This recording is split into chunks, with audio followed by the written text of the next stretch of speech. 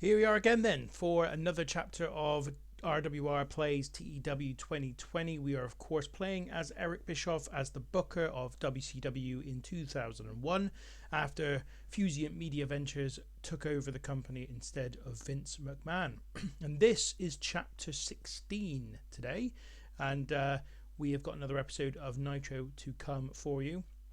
On the screen now you're just seeing what took place in the last episode of Nitro, the Nitro that took place the day after the Bash at the Beach. And in notable happenings from the show, first of all, in the main event, the Insiders were denied the tag team titles when after DDP hit a diamond cutter on Buff Bagwell, the referee refused to count the fall because he didn't think DDP was the legal man, even though he actually was. Then Kevin Nash got into the referee's face and shoved him down, which caused him to fall through the ropes and to the outside. In all the confusion, Bagwell managed to get the tag to Luger, who then low-blowed DDP in the ring. Meanwhile, Bagwell went around the ring to go after Nash, and Luger hit a power slam as Charles Robinson arrived to replace the original referee, and they retained the titles. That wasn't a bad match, 60, and it enabled us to hit our show rating of 64, which meant that our popularity did indeed increase, which is obviously the goal of each of these episodes of Nitro. Also on the show, Ric Flair said he was back for one last run, but was then attacked by Rick Steiner as Scott Steiner watched on from the stage where security had him contained. And also 2 matches for the next pay-per-view, Slamboree, were announced, with Booker T defending the WCW title against Jeff Jarrett and Bill Goldberg to take on Shane Douglas in a rematch from the Big Bang. Also, 2 matches for the next pay-per-view, Slamboree, were announced, with Booker T set to defend the WCW title versus Jeff Jarrett, and Bill Goldberg set to do battle with Shane Douglas in a rematch from the Big Bang. So one note before we go to the episode of Nitro that we are showing you today: if you are enjoying the series, please give us a subscribe so that you can continue to follow along with the show and also help us out. Thank you to those who already have done so, and now on to Nitro. And today we are in the Mid-South territory for the first time, I think, in the game. And we're in the Colorado Springs Auditorium in front of 2,462 people. So a really good, healthy attendance for Nitro this week. We've got a couple of dark matches, as is usual. And in a decent pre-show match, AJ Styles defeated Shannon Moore in 7 minutes and 8 seconds by pinfall. AJ Styles a 39, Shannon Moore a 45, a segment rating of 46, a pretty decent opener to the overall show. And then in the second dark match, we have got the Steiner brothers versus Ernest Miller and Ice Train. Scott Steiner submitted Ice Train in this one, and in terms of in-ring work, Scott Steiner, as usual, was head and shoulders above everyone else. Steiner had an in-ring performance of 93 for this one, so in a dark match, he's had his best performance, but that does show you what he's capable of. Rick Steiner at 71 and Ice Train way down in 22. Segment rating of 71, and a very nice way to start off the show before we go on air. When we come on air, we start with a bit of a lower key match. Kaz Hayashi versus Evan Courageous in the Cruiserweight title, or the Cruiserweight ranks I should say. Segment rating here 54, with Evan Courageous defeating Kaz Hayashi in 7 minutes and 52 seconds by pinfall by using underhanded tactics. Indeed, Evan Courageous pinned him by holding onto the rope as he covered him. Kaz Hayashi had a 52, Courageous only a 38, but Courageous getting the victory. And this one, as I said, segment rating of 54. Not a bad way to start the show at all, between 2 guys that are not particularly over or well used at this point in time. So up next we have Mike Tenay and Jerry Lawler at the commentary desk, and they officially welcome the viewers to the show. They run down tonight's card, including the big main event, the 2-on-3 handicap match featuring Booker T and Bill Goldberg against the franchise players. Also, Jerry Lawler then says that he's been given the job of making an announcement for next week's Nitro main event, which will see Rick Steiner taking on Ric Flair following the events of last week's show. Mike Tenay informs us, meanwhile, that after shoving a match official last week, Kevin Nash has been suspended without pay for 1 week, and that we'll hear from DDP later in the show about the incident. So segment rating here of 63, Lawler and Tenay continue to be perfectly competent in these kinds of situations. Next up, Jim Duggan takes on Sean Stasiak in a match that lasts 7 minutes and 2 seconds, and Jim Duggan gets the victory by pinfall. A segment rating here of 51, Duggan a 47, Stasiak a 43, and to be honest, this was more about just taking up some time as opposed to anything else. We then go backstage where Tony Schiavone is stood, and he says that Ric Flair has been hanging around the interview area since the show began. He tries to get a word with Flair and asks him what's going on. Flair seems distracted and says he's just waiting for someone to, and then trails off as he spies someone coming into the area. The camera pans around and Schiavone keeps the microphone close as it turns out Flair is approaching Road Warrior Animal. Animal asks him what he wants. Flair says that the two of them used to work great in the Magnificent Seven. He says a man couldn't hope to have a better guy to watch his back. He says that next week he's got this match against Rick Steiner, but it's certain that Scott will be on hand, so he needs someone to watch his back again before asking Animal if he'll do it one last time next week. Animal tells Flair that he's crazy and asks him if he thinks there was any chance he was going to side with Flair over the Steiners. He tells Flair that the Magnificent Seven are done and so is their previous arrangement before walking away. So segment rating here 58. Tony Schiavone was not good here, but Ric Flair made up for it with a good performance. The next match sees Chaos Theory versus Elix Skipper and Kid Romeo. Chaos Theory are the team of Yoshihiro Tajiri and Mikey Whipwreck making their WCW debut in this match. And it lasts for 8 minutes and 43 seconds with Tajiri pinning Kid Romeo being the weak link in the match. Both Whipwreck and Tajiri performed really decently, a 43 and a 42. Kid Romeo a 26, Elix Skipper a 38. Although their gimmicks, Tajiri's wasn't good. Mikey Whipwreck's underdog gimmick though was very good. Segment rating of 44, pretty decent match this one, and a good start for Chaos Theory in WCW. Chaos Theory, incidentally, was just a name that I that I generated using the game, and I quite liked it for these two, so I went with it. So we go backstage with the cameras again to Tony Schiavone, and he is seen asking Flair if he wouldn't mind stepping aside as he has an interview scheduled. That interview is then with the FBI and Johnny the Bull, who Schiavone announces have been named the new #1 contenders to the Cruiserweight Tag Team title. Schiavone says that less than a month into WCW and they've already managed to secure themselves such a prize spot that he must be very excited. Frankie Cicero tells Schiavone that you better not see him walking around here with any fancy new jewellery or clothes, continuing that if the feds got word of their little arrangement, then they'd know who let it slip. James Maritato then pulls Cicero aside and tells him that he's got the wrong guy and to keep stum. Maritato then smiles at Schiavone and says that they are excited to be getting their shot at Rey Mysterio Jr. and Billy Kidman. Schiavone asks them what they have to say about the criticisms they face due to the involvement in their matches so far of Johnny the Bull, like last week when he held the feet of Air Paris. Maritato says that was just a misunderstanding and that Johnny had simply noticed that the guy's boots had come undone and he was just trying to do them up for him to stop him tripping over and breaking his neck, and warns Schiavone not to be a rat before they walk off. So segment rating here of 36. Again, the two FBI members not particularly good on the microphone, but I think this is probably better than their previous talking segments, so maybe they are improving a little bit. Tony Schiavone was pretty good. Next we get the latest match in the women's title round robin. It was Jazz versus Amber O'Neil, and going into the match Jazz had won both her matches while Amber O'Neil had won one and lost one, and here Jazz continued her 100% record, beating Amber O'Neil in 5 minutes and 28 seconds by submission.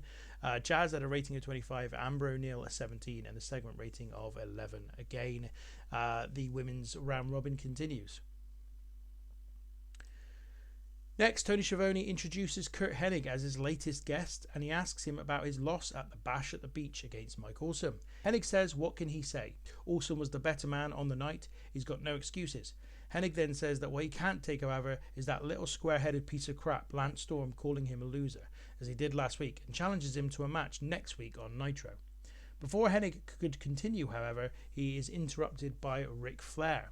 Flair turns to Hennig and says that he knows that they have had their differences over the years, but the two of them used to be a winning combination, and he's looking for someone just to watch his back in case Scott Steiner tries to get involved in his match next week. Hennig laughs and tells Flair that he's not interested in anything he's got to say, and as far as he's concerned, Flair is on his own against the Steiners.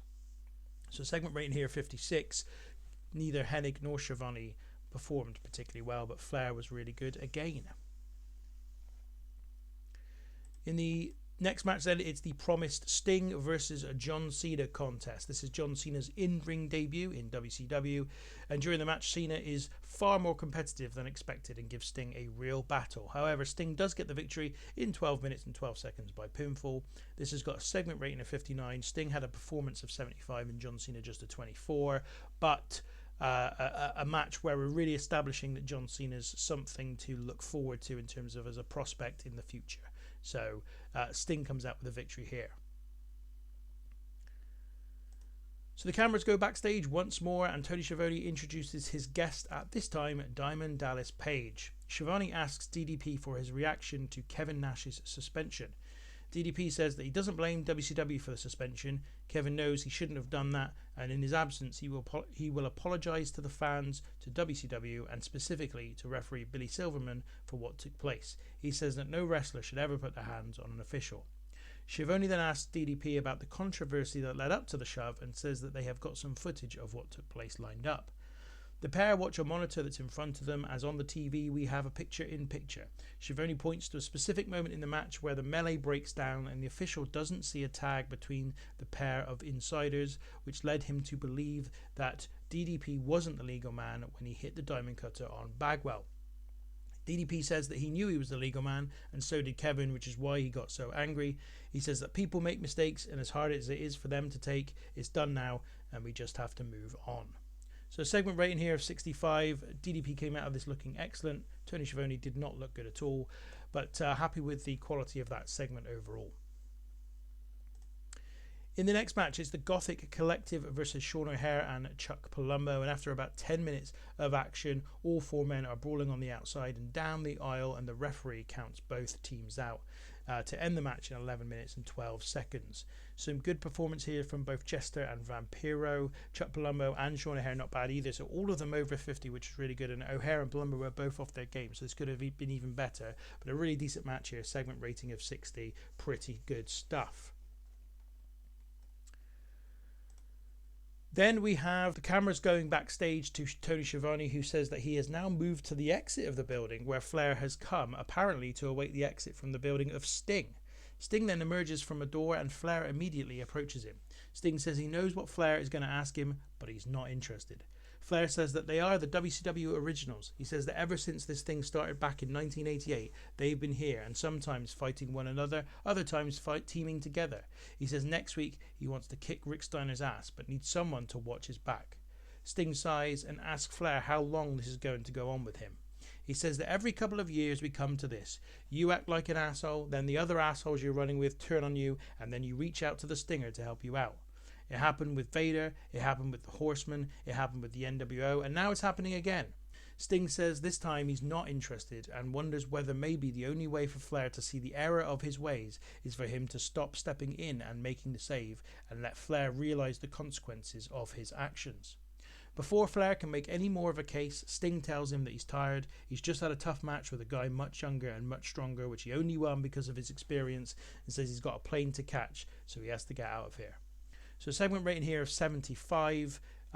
Tony Schiavone was actually superb in this particular segment. I don't know what determines whether or not he's good or not, but and some of these comments under the match sometimes contradict one another, but Sting looked good.